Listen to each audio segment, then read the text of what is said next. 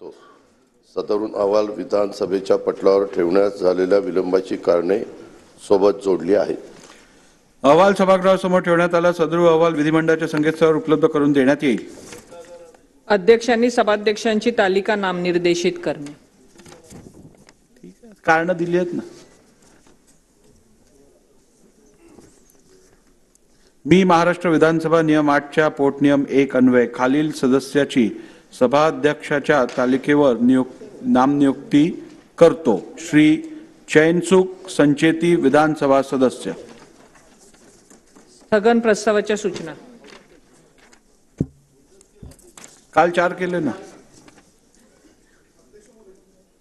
एक मिनिट आज प्राप्त झालेल्या सर्व स्थगन प्रस्तावांच्या सूचना मी दालनात अनुमती नाकारलेली आहे। औचित्याचे मुद्दे। एक मिनिट हा बोला।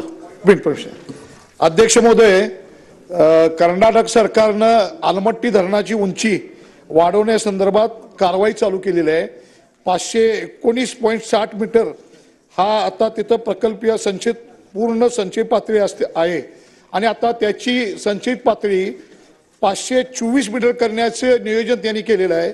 जर आलमट्टी धरणाची उंची जर वाढवली तर कोल्हापूर जिल्हा आणि सांगली जिल्हा आज महापुरामधून अतिशय हानिकारक परिस्थितीत जातोय। पिकं उद्ध्वस्त होतात, शहरं गावं उद्ध्वस्त होतात।